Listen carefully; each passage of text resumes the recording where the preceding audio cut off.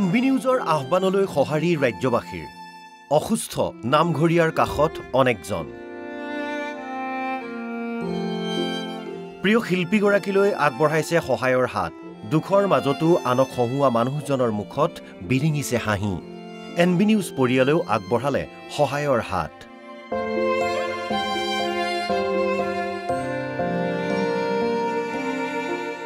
মঙ্গলবাৰে গুৱাহাটীৰ এখন ব্যক্তিগত চিকিৎসালয়ত চিকিৎসাধীন হৈ থকা অৱস্থাত NB নিউজৰ সাংবাদিকে লগ কৰিছিল নামঘৰীয়া খ্যাত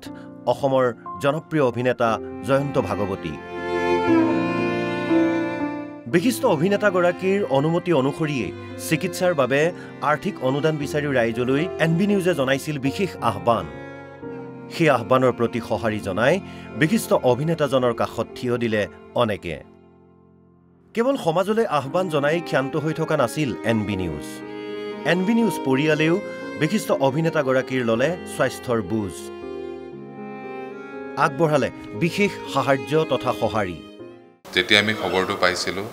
NB নিউজ আৰু অসম লাইভ 24 তৰফৰ পৰা আমি তেখেতৰ ওচৰত যোগাযোগ কৰিছিলো তেখেতৰ এই শাৰীৰিক অসুস্থতা সম্পৰ্কে আমি প্ৰথমবাৰৰ বাবে অসমবাসী ৰাইজক অৱগত কৰিছিলো আৰু আমাৰ এই সংবাদৰ পাছতে অসমৰ বিভিন্ন প্ৰান্তৰ লোকে সহায়ৰ হাত আগবঢ়াইছে তেওঁলে আমি সকলোকে ধন্যবাদ জনাইছো আৰু আমিও অসম লাইভ 24 NB নিউজৰ সমূহ সদস্যই মনতে থিৰাং কৰিছিল যে আমি যৎপৰোনাস্তি আমাৰ অনুষ্ঠানৰ ফালৰ পৰা তেওঁলে সহায়ৰ হাত আগবঢ়াম আৰু আমি আজি তেওঁক সাক্ষাৎ কৰি তেওঁলে 50,000 টকাৰ এককালীন সাহায্য আমাৰ অনুষ্ঠানৰ ফালৰ পৰা আগবঢ়ালো ব্যক্তিগত চিকিৎসালয়ৰ পৰা তেওঁক ভৰ্তি কৰোৱা হৈছে GMCHত পুৱাৰে পৰা GMCHৰ কেবিনত প্ৰবীণ অভিনেতাগৰাকীৰ খবৰ ল'বলৈ উপস্থিত হ'ল বিভিন্নজন উপস্থিত হ'ল কুৱেইটৰ অসমীয়া সমাজ কাষত থিয় দিলে তিৰাশীৰ কটন কলেজ বেটছ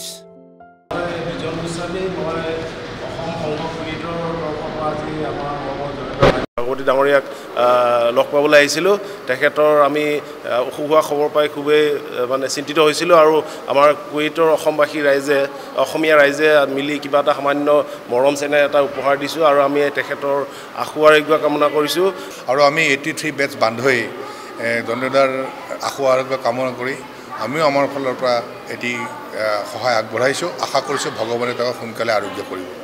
খবৰ লাভ কৰিয়েই একেলগে অভিনয়েৰে ৰাইজক আমোদ দিয়া অন্যতম বিশিষ্ট অভিনেতা হিৰণ্য ডেকা উপস্থিত হয় জ্যেষ্ঠ শিল্পীগৰাকীৰ কাষত তো মই কালি ৰাতি গম পাইছোঁ মই শুনিছিলোঁ যে আমাৰ ওচৰত গীতানগৰত এখন আছে সেইখনত থকা বুলি সেই বুলি মই যাম বুলি ওলাইছোঁ ৰাতি হ'লেও তেতিয়া কোনোবাই ক'লে যে নহয় দাদা চিফ কৰিছে আজি মেডিকেলত এতিয়া মই ৰৈ দিলোঁ আৰু যিয়ক ভগৱানক প্ৰাৰ্থনা জনাইছোঁ নিশ্চয় কৰিব একো হোৱা নাইতো বহুত মেণ্টেলি ষ্ট্ৰং আছেতো গতিকে তাকে ভাবিছোঁ আমি সোনকালে একেলগে লগ পাম NB নিউজৰ আহ্বান আৰু ৰাইজৰ সঁহাৰিৰ প্ৰতি বিশেষ কৃতজ্ঞতা নামঘৰীয়া খ্যাত অভিনেতা জয়ন্ত ভাগৱতীৰ আমি যেনেকৈ মিলিজুলি থাকিব পাৰিছোঁ নহয় আৰু মই নিজৰ ভুলবিলাকতো নিজে নেদেখে মোৰ নিজৰ কি ভুল আছে কিমান দুখ আছে মই নাজানো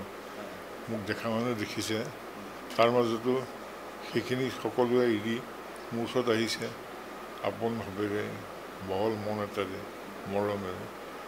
এইবিলাক মোৰ ডাঙৰ আশীৰ্বাদ এইবিলাক আৰু এইখিনি শক্তি এইখিনি প্ৰেৰণা আৰু ভাল হৈ জীয়াই থকাৰ সপোন ন উদ্যমেৰে কাম কৰাৰ সপোন এটা হেঁপাহ এটা হাবিয়া কাইলৈ অৰ্থাৎ বৃহস্পতিবাৰে অভিনেতাগৰাকীৰ হ'ব অস্ত্ৰোপচাৰ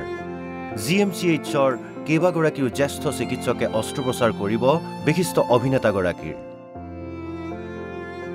কিয়নো বিচনাৰ পৰা পৰি ৰাজহাড়ত গুৰুতৰভাৱে আঘাত পাইছে তেওঁ ইফালে ঘৰত আছে পেৰালাইচিছত আক্ৰান্ত পত্নী আৰু বিশেষভাৱে সক্ষম কন্যা ইমান দিনে পত্নী আৰু কন্যাক তেওঁই শুশ্ৰূষা কৰি আহিছিল এতিয়া সকলোৱে আশা কৰিছে দুখৰ মাজতো আনক হহুৱাই থকা শিল্পীগৰাকীয়ে পুনৰ সুস্থ হৈ অবিৰতভাৱে কৰি যাওক সেই বলিষ্ঠ অভিনয় কৰি যাওক পত্নী আৰু কন্যাৰ পৰিচৰ্যা। ভিডিঅ' জাৰ্নেলিষ্ট কৃষ্ণ শইকীয়াৰ সহযোগত মনোজ দুৱৰাৰ ৰিপৰ্ট NB নিউজ।